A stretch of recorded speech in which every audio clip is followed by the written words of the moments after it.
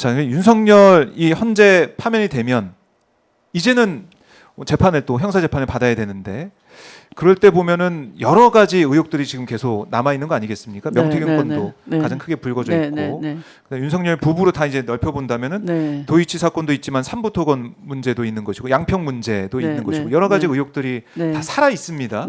그럼 이거는 하나하나 따져보고 수사해보고 가야 되는 것이죠, 이것도. 당연하죠. 그러니까 그 내란 외환죄의 경우에는 이제 현직 대통령 신분에서는 소추할 수 없어서 수사도 못했지만 파면되면은 민간인 신분이잖아요. 그러면 그동안 못했던 수사를 제대로 할 수도 있고 또 뿐만 아니라 그 명태균 사건에 있어서는 대선 사기도 들어있어요. 아, 대선 사기. 그러니까 당내 경선에 대한 부정 의혹, 여론조사를 왜곡했잖아요. 단순히 정치자금법 이런 것뿐만 아니라 그런 대선 사기, 여론조사 사기 조작, 뭐 이런 것까지도 수사할 수 있어서 파면으로 물론 대통령 신분을 박탈당하겠지만, 그 선거 자체도 따져볼 수 있는 거죠. 그 자체도 그렇네요. 그 부분. 그리고 이제 김건희 여러 가지 의혹에 대해서도 이것도 지금 검찰은 사실은 지난번에 황제 수사를 통해 가지고 뭐 면죄부를 줬는데 이것도 검찰을 지금 우리가 못 믿으니까 특검을 통해서 이거는 뭐 지금 당장 아니더라도 밝혀낼 수 있는 것이고요. 남아 있는 것이고. 그렇죠. 할 수 있는 게 많다. 그리고 이제 외환죄 내란 외환죄 아니면은 또 특히 지금은 안 되지만 중요한 것은 그 고발사주예요. 고발사주가 이 본인의 원래 정치 야심을 풀기 위해서 본인한테 가장 문제가 되는 것이 이 장모 사건이라고 봤어요. 장모 사건. 그런데 그 장모 사건이 날조된 거다라고 주장하는 것이 고발사주 사건이에요. 그렇죠. 그런데 그 고발사주 사건에 있어서 그 김웅 의원한테 이 고발장 문건을 고발시키는 문건을 전달한 것이 손준성이다. 이렇게 해서 손준성만 재판을 받았는데 손준성이 무죄를 받았어요. 항소심에서. 수사정보 담당관 손준성이 무죄를 받은 판결 이유 중에는 김웅한테 준 사람이 손준성이 아닐 가능성이 있다. 그것은 더 윗선일 가능성이 있다. 그 윗선은 누구예요? 일을 시키는 사람은 윤석열? 검찰총장의 수족이니까 바로 윤석열 본인인 거죠. 그런 의혹이 나올 수밖에 없고. 판결에서 2심 판결에서 그런 의문의 여지를 남겨놨어요. 그래서 이 부분이 수사돼야 되는 거고요. 이게 지금 공수처에 고발이 돼 있어요. 그러니까 윤석열이 혼자 판단했겠냐? 윤석열이 그냥 자의적으로 했겠느냐? 그렇지 않고 그 옆에 있는 사람, 그 뒤에 있는 사람이 또 있다. 이런 의혹까지 나올 수 있고 할 게 많네요. 수사할 게 많습니다. 수사할 게 많고 이제 김건희 여러 가지 의혹 중에 뭐 삼부 토건 이 주가 조작 의혹 이것도 좀 살펴봐야 되고. 야. 어떻게 이제 김건희 일가가 그동안 보여왔던 모습들이 결국은 이제 돈에 관련된 이권에 관련된 이런 부분들은 어디까지 이제 마수가 뻗쳐 있을까 이것도 우리가 궁금하기 때문에 또 밝혀내야 되고 이렇게 보시면 돼요. 그 윤석열 자체가 이 문재인 정부 자체를 인정하지 않았어요. 이것은 전임 대통령 2명을 처단한 것은 검찰이고 우리가 국정농단 수사, 적폐 수사 이 모든 것 다 자기 손으로 한 것이고 원래 이건 내 권력인데 이 공짜로 누리고 있다 권력을 문재인 대통령이 이런 시각을 갖고 있었어요. 그래서 이 문재인 대통령 정부와 국민 사이에 계속 이간을 붙여서 어떤 탄핵 분위기를 조성하려고 한 것이 조국 사건이고 윤미향 사건이에요. 그리고 본인의 사법 리스크는 고발 사주를 통해서 세탁하려고 했던 것이고. 그러니까 그런 쿠데타 본성은 장착이 돼 있었던 거죠. 검찰총장 되는 순간 그 순간에 본인은 칼자루가 본인한테 왔다, 본인한테 있다라고 판단을 한 거예요. 하하. 네. 좀 돌이켜 보면 진짜 네. 참 그래서 결정들이 아쉽습니다. 그래서 본인이 했던 여러 가지가 그렇게 판단을 했을 때는 많은 부분이 이해가 되는 거죠. 네. 왜 그랬을까라고 네. 생각해 보면 그래서 검찰 총장 된 이후에 정치 준비를 했고 또 이 대통령이 됐잖아요. 네. 된 직후부터 이 이승만 또는 박정희, 네. 전두환 이런 스타일로 이 비상계엄 이런 거를 통해서 영구 집권하겠다라는 것을 구축한 거죠. 네. 그러니까 이 내란을 생각을 한 것은 네. 대통령이 되면서부터 네, 아마 네. 생각을 하고 네. 준비도 조금씩 했을 것이다 이렇게 네, 의원님 네. 보시는 거고. 네. 그러니까 이게 지금 비상계엄, 그러니까 이게 불법적인 위헌적인 이런 사태까지 왔지만은 이걸 좀 상황에 맞게 하기 위해서 그야말로 이제 외환까지 저지른 의혹.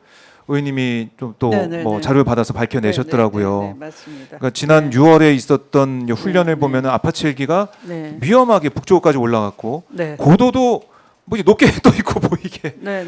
그 참 그 군 훈련에 맞지 않는 상황들이 벌어졌단 말이죠. 네, 헬기 조종사가 직접 들은 명령이 이런 거였어요.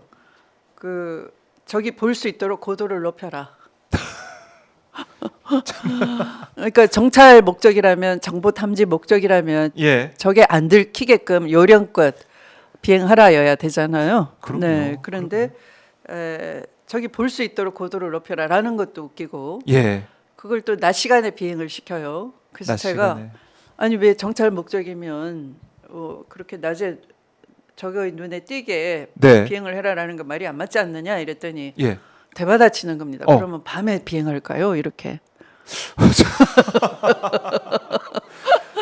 이게 뭡니까? 그러니까 눈에 띄기를 바라면서 마치 뭔가 공격을 받기를 바라는. 그리고 이제 회랑이라고 평소에 지정된 이 지그재그 항로가 있어요. 비행기 다닐 수 있도록 승인된 데가 있어요. 네, 그런데 그거를 무시하고 그냥 가는 겁니까? 무시해도 좋다는 식으로 그래서 그걸 최대한 북쪽에 바짝 붙어서 비행하라, 가까이 비행하라 이런 지시를 또 내리는 거죠. 그래서 이 조종사들이 아니 우리 이래도 되는 거야. 너무 우리 목숨이 위험하다. 그런 위기감을 막 느낀 거예요. 그러니까 그동안 훈련할 때는 느끼지 못했던 위기감 느낄 정도로 이상했다는 거네요, 진짜. 와. 그래서 한 4차례 그런 이상한 훈련을 시키고 그래서 이제 금년 3월에도 시킨다라는 제보가 들어왔어요. 금년 3월에도. 그래서 제가 확인 들어가니까 그걸 취소를 했어요. 취소했고. 그러니까 아마도 이 계엄 이후에도 이 훈련을 했던 것은 왜 방첩사령관이 증거인멸 지시했잖아요. 계엄 직후에 이 문서를 만들어놔라. 여태까지 내가 말했던 건 다 찢어버리고 새로 문서 만들어놔라. 압수수색 올 건데 그거 제시해라 이랬잖아요. 그러니까 이것도 왜 3월에 계엄은 다 끝났는데 실패하고 끝났는데 왜 훈련을 시켜? 그랬더니 아마도 그 전에 훈련했던 것이 의심을 사니까 의심을 안 사기 위해서 이게 원래 통상시 하던 훈련이에요 하려고 이렇게 잡은 것 같다요. 그런데 제가 이제 문제 삼으려고 하니까 딱 취소를 했죠. 네. 근데 지금 어떤 상태에 우리가 민감국가 지정돼 버렸잖아요. 네. 그리고 지금 그 한미 합동 훈련 기간이에요.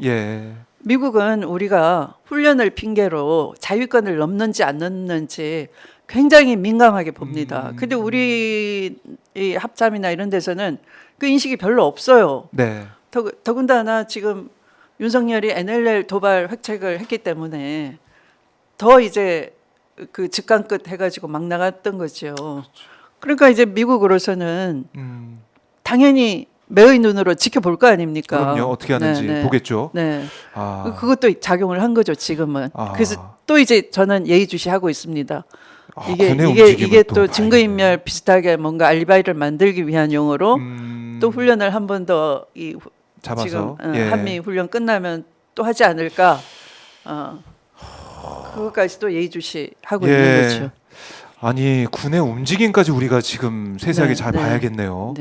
그러니까 이 무인기를 이제 북한에 보냈다는 의혹, 또 우리 뭐 군에서 전단을 뭐 준비했다는 의혹 이런 것들이 좀 다 밝혀지고 있는데 외환 유치죄 이게 지금 일단은 빠져 있지만은 이것도 우리가 들여다봐야 되고 어떻게든 이걸 구실을 만들어 가지고 외환 유치죄를 공사장 책임을 묻기는 어려워요. 왜냐하면 이게 적과 내통해야 되거든요. 근데 지금 내통이라기보다는 일방적으로 계속 도발을 하는 거잖아요. 우리가 마치 구애하듯이 나 좀 봐주세요 이렇게 하듯이 그걸 움직임을 했었다.